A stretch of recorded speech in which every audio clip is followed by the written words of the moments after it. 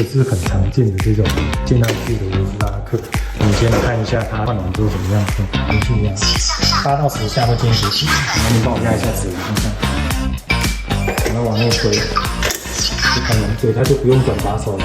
它现在装完了，它自动上锁，然后这拉锁拉一下就开了。现在就是打开的那个声音嘛，在这里，这里是一个磁铁，那其实这里，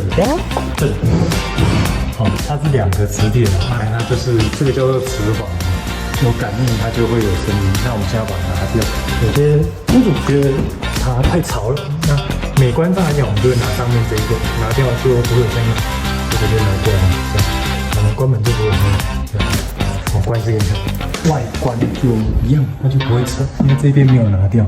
哦，拿掉门上这个，就这样完工。